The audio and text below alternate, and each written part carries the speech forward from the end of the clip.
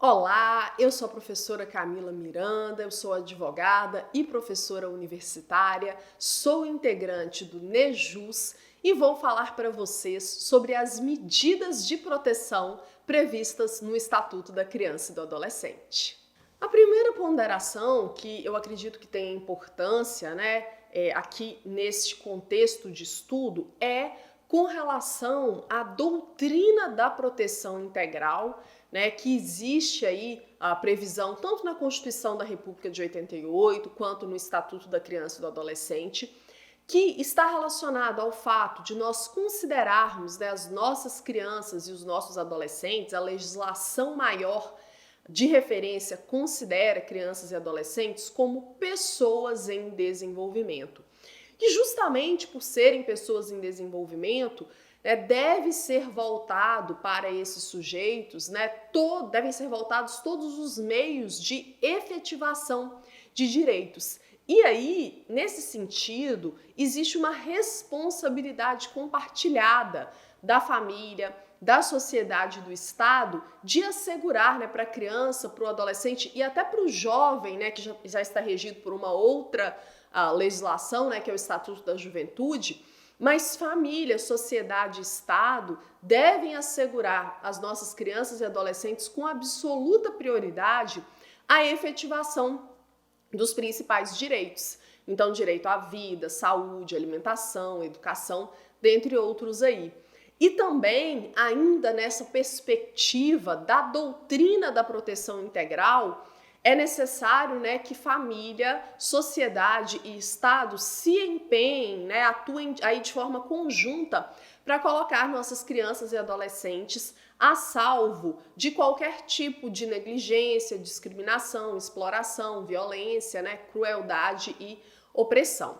E aí é justamente nessa perspectiva de responsabilidade compartilhada que existe pela efetivação dos direitos da criança e do adolescente, até coloquei uma imagem para vocês aí que representa isso, crianças e adolescentes. Quem é que tem responsabilidade pela efetivação dos direitos? É o poder público, o Estado, a família, a sociedade e também a comunidade. Aí já é a previsão do Estatuto, que é aquele núcleo de convivência que está mais próximo da criança e do adolescente. Todos têm que zelar pela efetivação de direitos. E aí, relacionando com o nosso tema, que são as medidas de proteção, vocês vão ver que as medidas de proteção, elas são aplicadas quando existe alguma falha aí por parte desses entes que dividem essa responsabilidade de efetivar direitos da criança e do adolescente. Então, vocês vão ver que toda vez que o Estado, que o poder público não está cumprindo devidamente o seu papel, ou mesmo a família, o responsável legal, a comunidade, a sociedade incorrem aí em algum tipo de abuso, em algum tipo de omissão, será necessário aplicar em favor de crianças e adolescentes as medidas de proteção. E vale lembrar também que as medidas de proteção elas podem ser aplicadas inclusive em conjunto com uma medida socioeducativa devida a algum adolescente autor de ato infracional. O juiz ele pode entender, no caso concreto, que essas medidas de proteção, da qual nós vamos falar melhor nessa aula, neste encontro de hoje, elas podem ser aplicadas inclusive ao adolescente autor de ato infracional. E aí eu trago a obra do professor Ishida, que vai falar para nós o que são medidas de proteção. Então, de acordo com a visão deste autor, deste doutrinador, ele conceitua as medidas de proteção como aquelas medidas que visam evitar ou afastar o perigo ou a lesão à criança ou ao adolescente.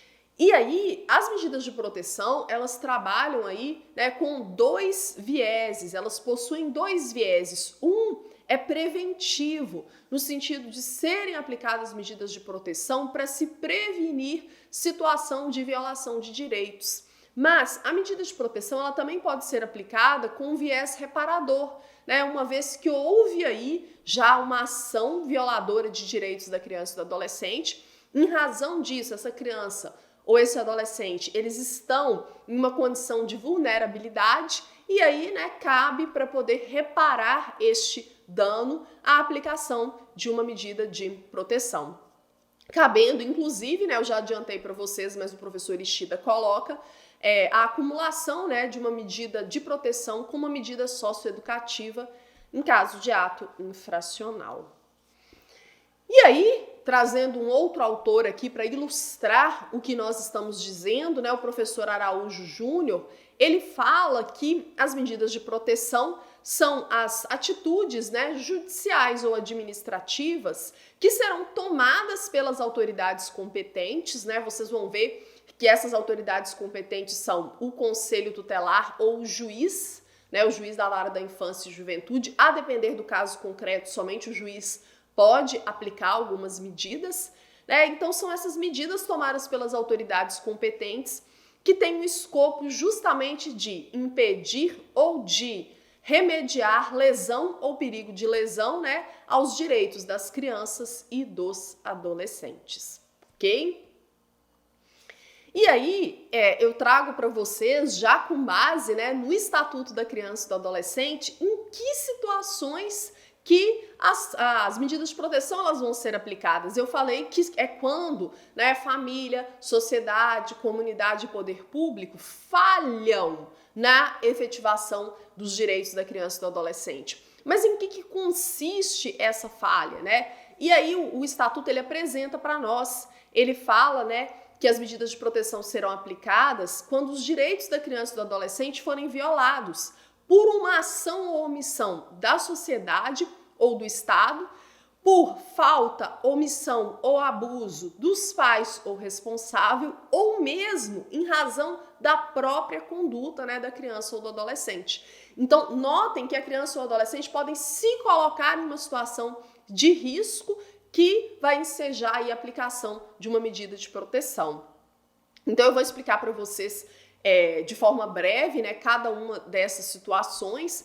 Quando a gente fala em ação ou omissão da sociedade ou do Estado, o professor Ishida, ele nos apresenta, né, que podem haver aí falhas, né, irregularidades na execução de políticas públicas voltadas, né, para crianças e adolescentes. Então, o Estado ele estaria aí, né, agindo de forma omissa ou agindo de forma falha em relação a esses direitos. Também pode ocorrer falta, omissão ou abuso dos pais ou responsável, e aí o professor Ishida, né, ele fala que tem situações, né, que colocam a criança ou adolescente em situação de risco, que era chamada, né, lá na época do Código de Menores, de situação irregular, mas nós naturalmente não mais trabalhamos com essa nomenclatura.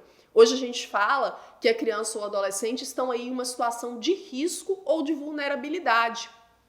Então, aqui a gente está falando de um contexto, né, em que os direitos da criança e do adolescente, eles são ameaçados, né, ou pelo menos violados por aquele núcleo de convivência mais primário dele, né, que são os pais ou responsável. E aí caberia, né, o Conselho Tutelar, por exemplo, entrar aplicando uma dessas medidas de proteção.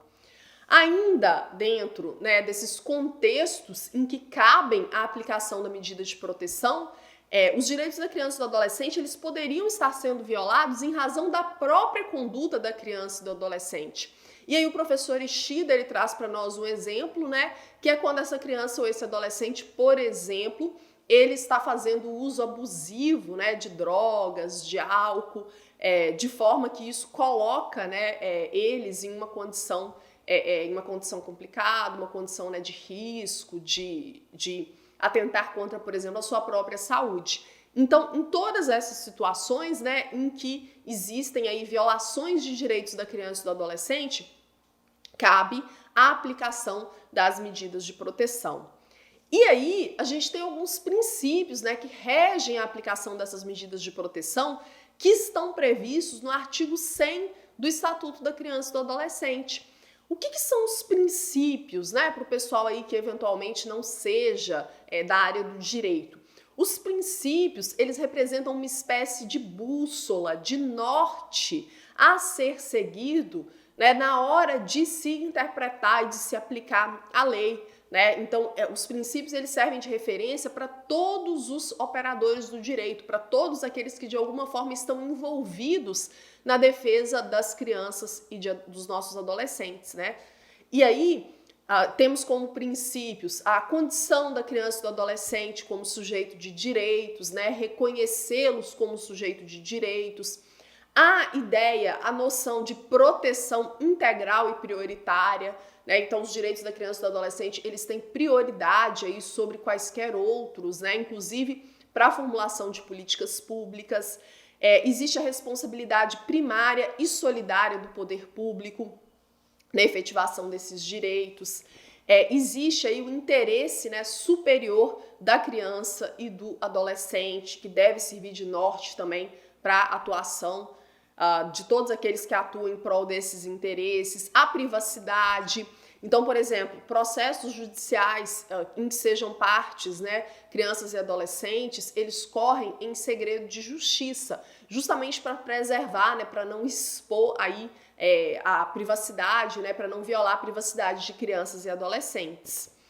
Ainda dentro dos princípios, né, que norteiam a aplicação dessas medidas de proteção, a gente tem a intervenção precoce, que significa dizer que quanto antes for cessada, não é, a situação de violação de direitos da criança e do adolescente, melhor. Então tem que intervir o mais cedo possível, né, para poder reparar ou mesmo para evitar essas violações de direitos. Nós temos também a intervenção mínima, né? O Estado ele só entra atuando, né? Por exemplo, aqui, o Conselho Tutelar, que é um representante da sociedade, né? Que recebe o encargo de zelar pelos direitos da criança e do adolescente, ou mesmo o juiz da vara da infância e da juventude, só vai ter a intervenção desses entes quando for realmente necessário. Porque a prioridade é sempre manter, né, a criança ou adolescente no seu seio de convivência familiar, juntamente com a sua família de origem. E aí nós temos ainda a proporcionalidade, a atualidade, né, só tomarem aquelas medidas que forem necessárias no momento e que forem realmente proporcional ao dano, né, que estiver ocorrendo ou na iminência de ocorrer. A responsabilidade parental, que significa dizer que a família, né, os pais, o pai, a mãe, o responsável legal, eles têm que ser chamados, né, a exercerem a responsabilidade que cabem a eles, né, na efetivação desses direitos da criança e do adolescente. A obrigatoriedade da informação, né, significa dizer que as crianças, os adolescentes, bem como a família, eles têm o direito de serem informados, né, a respeito da necessidade e das diretrizes da aplicação dessas medidas socioeducativas. E nós temos ainda um último princípio norteador da aplicação de medidas de proteção, que são a oitiva obrigatória e a participação, né, da criança e do adolescente no processo. É claro que essa oitiva obrigatória, a participação, ela vai ser dada, né, de acordo com a faixa etária, né, de acordo com o entendimento da criança e do adolescente, quando a gente fala aí, né, na aplicação dessas medidas de proteção. Então, hoje, por exemplo, em âmbito da infância e juventude, a gente tem a equipe, né, multiprofissional e interdisciplinar. Aí, então, essa criança, ela eventualmente ela vai ser ouvida, né, pela psicóloga, pela assistente social. Ela precisa participar do processo, mas sempre de forma a respeitar, né, a sua condição aí de sujeito em desenvolvimento, quando a gente fala da aplicação de medidas de proteção. E aí nós temos, portanto, né, em âmbito da aplicação das medidas de proteção, o artigo 101 do Estatuto, que traz essa previsão. E aí eu já falei aqui, né, no ensino da nossa aula das medidas socioeducativas, que são aquelas que são aplicadas para o adolescente autor de ato infracional, né? As medidas de proteção a gente tem que diferenciar, porque a medida de proteção ela tanto pode ser aplicada para a criança quanto para o adolescente, e as medidas de proteção o Conselho Tutelar pode aplicar e o juiz também, né? A depender da medida, só o juiz que vai poder determinar. Diferentemente das medidas socioeducativas, que aí elas são aplicadas exclusivamente ao adolescente autor de ato infracional e só o juiz, né, que pode determinar a aplicação de medidas socioeducativas. Mas eu reitero aqui, né, que nada impede que o juiz determine também, por exemplo, uma medida de proteção ao adolescente autor, né, de ato infracional, se ele entender, né, que é necessário, aí conforme o caso concreto, ok? Então aqui a gente está falando das medidas de proteção, mas elas podem ser aplicadas também ao adolescente autor de ato infracional, ou em conjunto, né, com uma medida socioeducativa, ou mesmo aplicar a medida de proteção a depender do entendimento do juiz no caso concreto. Então, com relação às medidas de proteção, né, previstas no Estatuto, nós temos, eu vou ler as medidas para vocês em linhas gerais e depois nós vamos explicar, né, como que funcionam cada uma dessas medidas de proteção. Então nós temos o encaminhamento aos pais ou responsável, mediante termo de responsabilidade, a orientação, apoio e acompanhamento temporários. Nós temos a determinação de matrícula e frequência obrigatórias em estabelecimento oficial de ensino fundamental. Temos a inclusão em serviços e programas oficiais ou comunitários, né, de proteção, apoio e promoção da família, da criança e do adolescente. Temos a requisição de tratamento médico, psicológico ou psiquiátrico em regime hospitalar ou ambulatorial. Temos a inclusão em programa oficial ou comunitário de auxílio, orientação e tratamento, mas aí há crianças e adolescentes alcoólatras e toxicômanos, né, usuários de drogas. O acolhimento institucional, né, que é quando essa criança e esse adolescente são encaminhados aí, né, para uma instituição de apoio, para uma espécie de abrigo, né, que vai acolhê-los nas situações em que o caso concreto enseja, né, essa retirada do convívio familiar.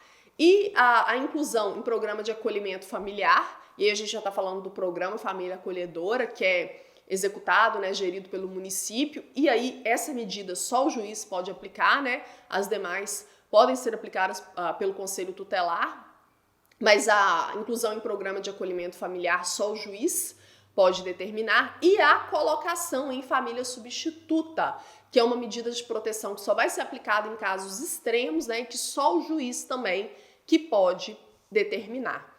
Então agora eu vou falar para vocês um pouco, né, sobre cada uma dessas medidas de proteção, em qual situação, né, no caso concreto, que elas vão poder ser aplicadas pelas autoridades aí, né, responsáveis por zelar, por promover os direitos da criança e do adolescente. Vamos começar com o encaminhamento aos pais ou responsável mediante termo de responsabilidade, que é a medida de proteção prevista aí no artigo 101, inciso 1º do Estatuto da Criança e do Adolescente. De acordo, né, com a cartilha de orientação do Ministério Público de Minas Gerais, eles promoveram uma cartilha de orientação aí, né, para o Conselho Tutelar acerca de direitos da criança e do adolescente. E por ela ter uma linguagem fácil, uma linguagem acessível, eu trouxe para poder ilustrar essa nossa aula. Essa medida de encaminhamento aos pais ou responsável, ela diz respeito a situações em que uma criança ou um adolescente ele seja encontrado, né, ele seja localizado desacompanhado dos pais ou responsável. E aí, nesses casos, né, o Conselho Tutelar ele promove a entrega da criança ou do adolescente, né, mais comum que seja criança, ao seu responsável legal, e ele faz, né, elabora um documento escrito que deverá conter, né, algumas orientações aí para o adequado atendimento, né, para os pais, algumas orientações voltadas para eles no que diz respeito aí, né, aos direitos e principalmente às responsabilidades deles em relação às crianças e aos adolescentes. E aí nós temos uma segunda medida, né, artigo 101, inciso 2º do Estatuto, que é a orientação, o apoio e o acompanhamento temporários.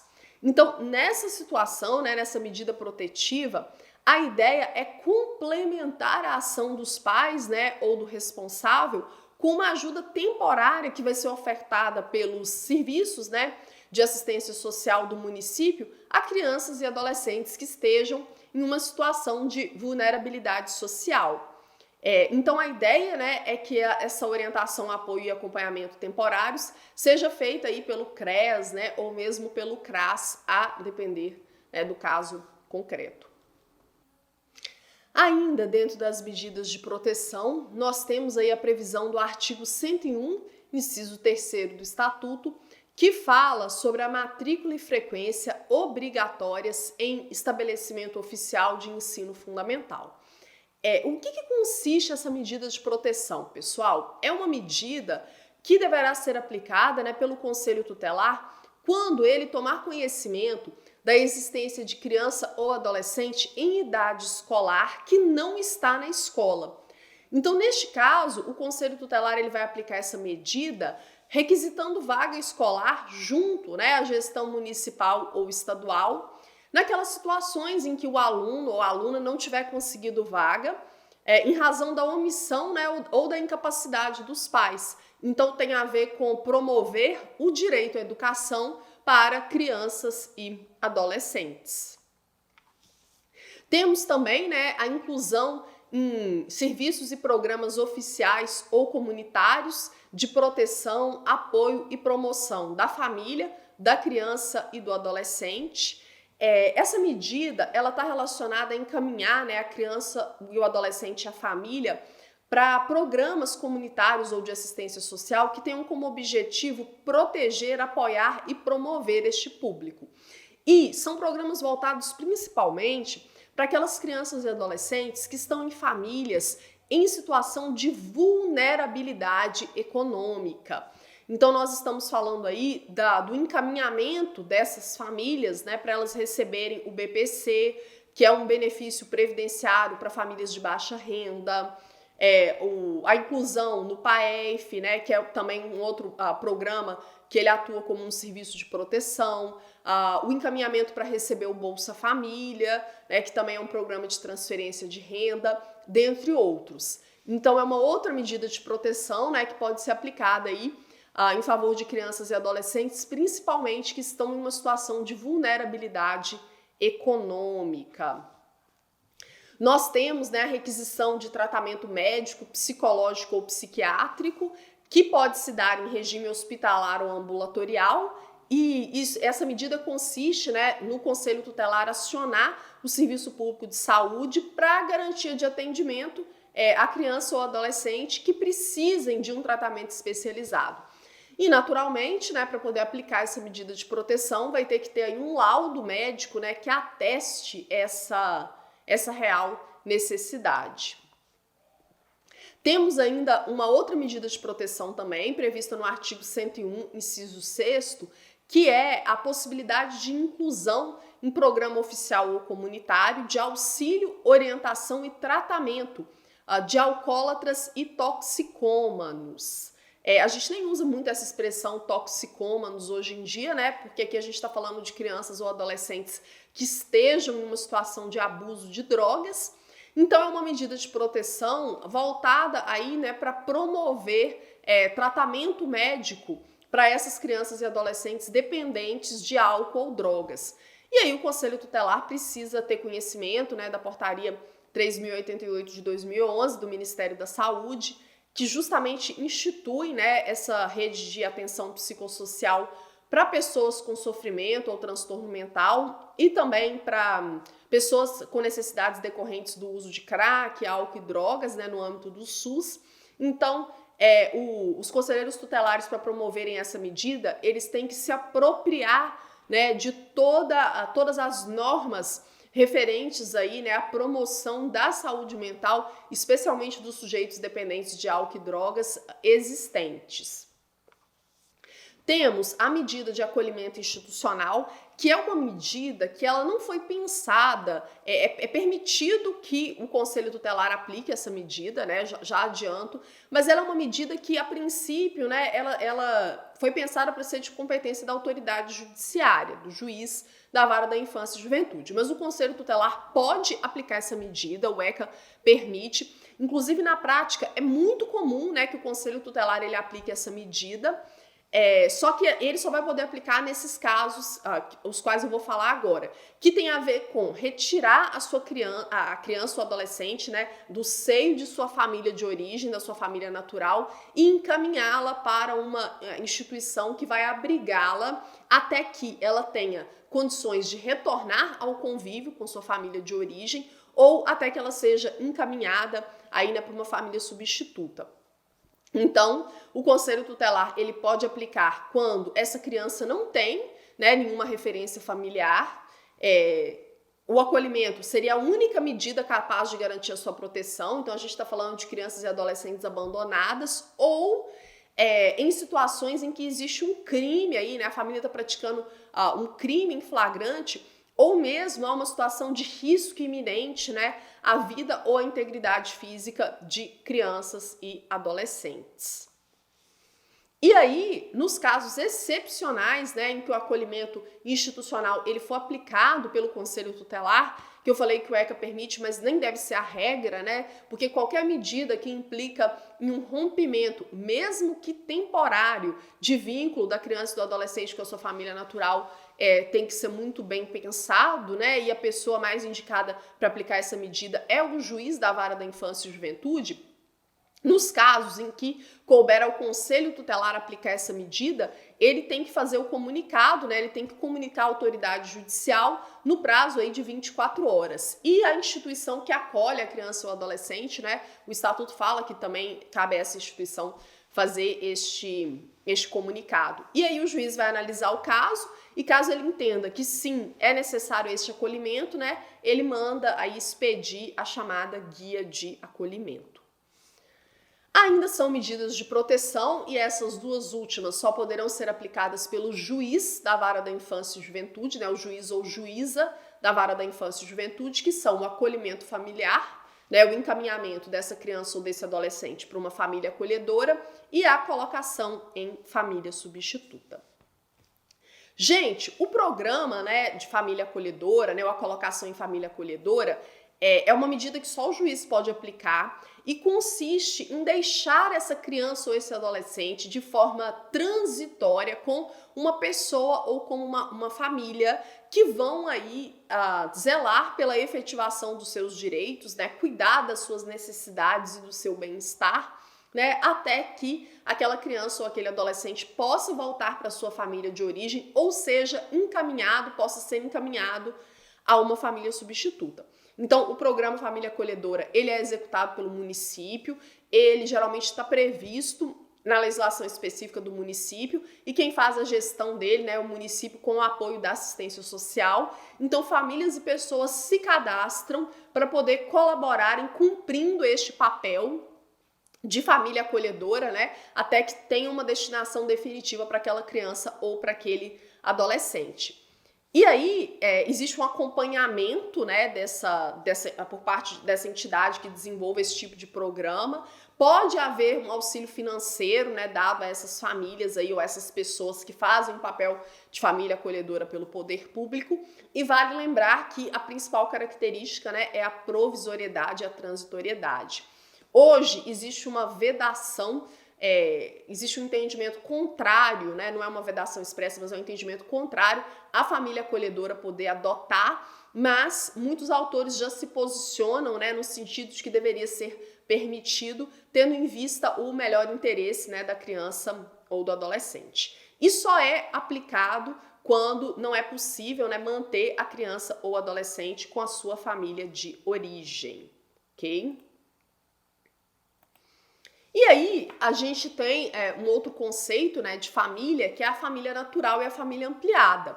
A família natural, o Estatuto apresenta, né, como aquela comunidade formada entre os pais e os filhos. Então, a prioridade é que a criança ou adolescente seja mantido com a sua família natural. Mas nós temos a família extensa ou ampliada, né, que inclui aí aquelas pessoas com quem a criança ou adolescente mantém vínculos, né, de afinidade ou de afetividade. E aí vale lembrar, né, que a gente tem hoje mais de uma concepção de família, né? A gente tem famílias formadas por casamento ou por união estável, famílias homoafetivas, famílias monoparentais, né, geralmente compostas aí por mães solos, né, que criam os seus filhos sem a ajuda de um companheiro, ou de uma companheira. A gente tem as famílias multiespécie, né? Que são aquelas famílias formadas por pessoas e animais de estimação, dentre outras. E todas as famílias merecem a mesma proteção por parte do Estado, né? Assim como as crianças e os adolescentes inseridos nessa família, independente de distinção. E aí, pessoal, a última medida de proteção que a gente vai estudar, né, é a colocação em família substituta, que só pode ser determinada pelo juiz e que ela vai ser feita de 3 diferentes formas, por meio de guarda, tutela ou adoção. E aí, sempre que possível, né, a criança ou adolescente ela vai ser ouvida, né, por uma equipe interprofissional, geralmente composta aí, por exemplo, por uma psicóloga, assistente social, dentre outros profissionais. E a criança, naturalmente, ela é ouvida, né, respeitada aí o seu entendimento e a sua faixa etária. Vamos falar um pouco sobre a guarda. A guarda, na prática, ela é com quem aquela criança ou aquele adolescente vai morar, né? Tem a ver com a prestação de assistência material, moral e educacional à criança ou ao adolescente. Tem a ver com a posse da criança e do adolescente. E ela pode ser determinada, né, por exemplo, no curso de uma ação de divórcio, em que um dos pais mora com aquela criança, embora os dois sigam sendo responsáveis, né? Ou então o juiz hoje, preferencialmente, ele determina a guarda compartilhada, né? Então, assim, aquele ex-casal, ele segue aí em conjunto, né, sendo responsável pela assistência material, moral e educacional à criança ou adolescente, e ele tem 2 referências de casa, né, a casa da mãe e a casa do pai. Sempre vai prevalecer o melhor interesse da criança ou do adolescente, né? O juiz, ele vai conceder a guarda para quem ele acha que tem melhores condições de exercer. Lembrando que a guarda pode ser deferida também a um avô, a uma avó, né? A alguém que não é o pai ou a mãe. E, nesse caso, o guardião ele vai dividir, né, as obrigações com os pais. Então, a guarda confere à criança ou adolescente a condição de dependente para todos os fins, né? Inclusive para fins previdenciários. Então, em cidades, né, em que é muito comum pessoas irem para o exterior, né, em busca de melhores condições de vida, de trabalho, é comum que esses pais, né, deixem os filhos, por exemplo, deixem a guarda desses filhos com um avô, né, com uma avó, com uma tia. Então, tem a ver com quem que vai dividir com esse pai ou com essa mãe, né, a criação dos filhos e com quem que ele vai morar. E aí a guarda, ela tem um caráter de provisoriedade, né? A guarda ela não é definitiva, tanto é que ela pode ser revogada a qualquer tempo, né? Mediante ato judicial fundamentado, ouvido o Ministério Público, e a guarda, ela atribui, né, à criança ou adolescente aquela condição de dependente também do guardião. A guarda, gente, não destitui o poder familiar. Né? Quando a guarda fica com o terceiro, que não é o pai nem a mãe, esse menino continua tendo pai, continua tendo mãe. Mas digamos assim que ele mora e as obrigações, as responsabilidades em relação a ele são divididas, aí, compartilhadas com o guardião.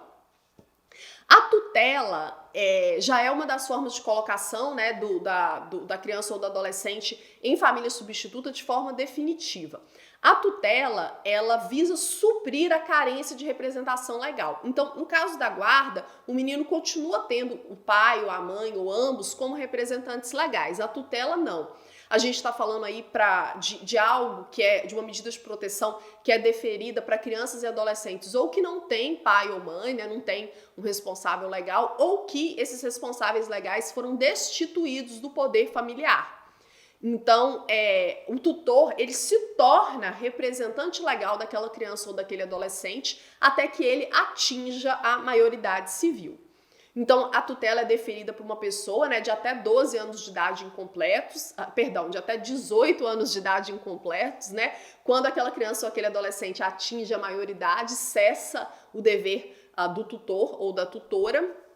E aí, o Código Civil, no artigo 1734, ele traz para nós, né, as situações em que uma criança ou um adolescente fica sob a tutela de alguém.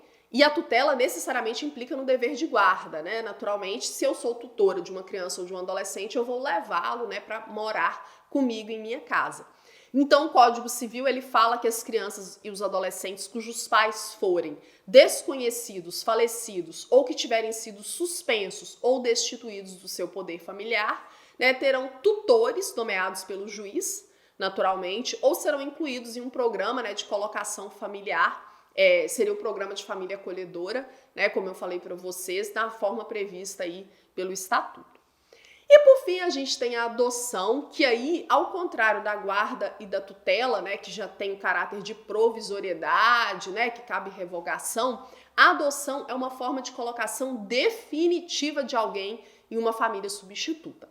Quando um homem, uma mulher, né, ou um casal adotam uma criança ou um adolescente, eles se tornam pais dessa criança ou desse adolescente para todos os fins, né? E aí são desconstituídos os vínculos com a família de origem, né? Com a família natural, com a família biológica. Então a adoção, o Estatuto apresenta, né, a adoção como uma medida excepcional e irrevogável, a qual se deve recorrer apenas quando foram esgotados, né, todos os recursos de manutenção da criança ou do adolescente em sua família natural ou extensa.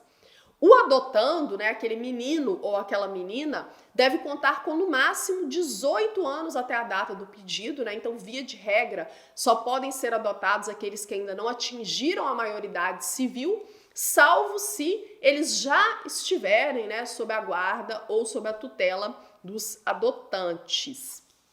Ok? Como eu adiantei para vocês, gente, a guarda, ela atribui a condição de filho ao adotado, com os mesmos direitos e deveres que qualquer filho, inclusive sucessórios, né, inclusive para fins de herança. E a adoção desliga, né, aquela criança ou aquele adolescente de qualquer vínculo com pais e parentes de sua família natural, de sua família de origem, salvo os impedimentos matrimoniais. E podem adotar quaisquer pessoas maiores de 18 anos, independente do estado civil. Gente, a gente não usa mais falar, né, a nomenclatura de filho adotivo ou filho de criação. Esse tipo de denominação é preconceituosa e não condiz aí com a Constituição da República de 88, né, com o Estatuto, e nem com o princípio da dignidade da pessoa humana. São proibidas toda e qualquer discriminações havidas entre filhos. Então, aquele filho que foi inserido, né, em uma determinada família pela adoção, ele é simplesmente filho, da mesma forma que aquele menino ou aquela menina, né, que nasceram aí, né, pelos meios biológicos no seio de uma família. Então, a adoção atribui a alguém a condição de filho para todos os fins e nós não podemos incorrer, né, em nomenclaturas preconceituosas aí de chamar de filho adotivo ou filho de criação, porque os filhos são simplesmente filhos conforme, né, a previsão aí da legislação. E aí, para que um casal adote de forma conjunta, né, e aí eu tô falando de um casal hétero ou homoafetivo, independe da orientação sexual, é indispensável que os adotantes sejam casados civilmente ou pelo menos que eles tenham união estável. Então eu, Camila, não poderia chamar um amigo meu, vamos supor que eu fosse solteira e eu tivesse um amigo solteiro. Eu não poderia, conforme o estatuto, né, chamar um amigo meu para adotar uma criança comigo em conjunto. Porque a adoção conjunta, ela é feita por casais que são casados ou que possuem união estável. Tem que ter uma diferença de idade, gente, de pelo menos 16 anos, né, entre o adotante e o adotado. Então, uma pessoa de 18 anos poderia adotar uma criança de até, no máximo, 2 anos de idade, porque há de ser observada essa diferença, né? Pessoas solteiras podem adotar, né, ou pessoas casadas ou em união estável podem adotar, ok? Em se tratando de um adotando que tiver mais do que 12 anos de idade, ou seja, se ele for um adolescente, é porque o estatuto ele considera crianças, né, pessoas com até 12 anos de idade incompletos e adolescentes quem tem entre 12 e 18 anos de idade incompletos. Então, em se tratando de adotando maior de 12 anos de idade, ou seja, de adotando adolescente, né, é necessário o seu consentimento, ele tem que ser ouvido, ok? Pelo juiz, né, da vara da infância e juventude. E aí, para a gente poder finalizar, né, nós estamos falando sobre medidas de proteção, especificamente sobre a colocação em família substituta, que se dá por meio de guarda, tutela ou adoção. Né? A adoção ela é precedida aí de um estágio de convivência entre essa pretensa família, né, e a criança ou adolescente pelo tempo que a autoridade judiciária vai fixar, sempre observada as peculiaridades de cada caso. E aí, o vínculo da adoção, ele constitui-se por sentença judicial, né? O juiz ele vai proferir uma sentença reconhecendo, né, o vínculo da adoção. E aí, esse vínculo, né, ele deve ser inscrito no registro civil, né, daquela criança ou daquele adolescente que está sendo adotado por uma nova família e mediante um mandado, né, do qual não se fornecerá certidão, porque a ideia é realmente que aquela criança ela receba, né, ou aquele adolescente, os nomes dos novos pais, né, desconstituindo vínculos aí com a família natural. Então, a adoção, a guarda é com quem que aquela criança ou aquele adolescente vai morar, ele continua tendo pai e continua tendo mãe, né? A tutela, uma pessoa maior se torna responsável legal por uma criança ou por aquele adolescente até que ele complete a maioridade, e a tutela implica no dever de guarda, e a adoção, a criança ou adolescente se torna filho ou filha daquela pessoa ou família que vai adotar. Pessoal, e aí eu coloquei, né, uma reflexão aí para vocês que os direitos da criança e do adolescente, eles existem para serem respeitados. E as medidas de proteção, né, elas trabalham aí nessa perspectiva de serem voltadas, né, para a efetivação de direitos da criança e do adolescente. Se tiver qualquer dúvida, pode comentar, pode mandar para mim, né, que eu vou ter o maior prazer aí em responder. Já agradeço a toda a equipe do Nejus, né, do qual eu faço parte, pelo convite para ministrar essa aula para vocês, ok? Deixei aí as referências bibliográficas para que vocês saibam, né, quais autores e quais leis eu utilizei para preparar essa videoaula para vocês, né, de medidas de proteção. E um grande abraço e até mais!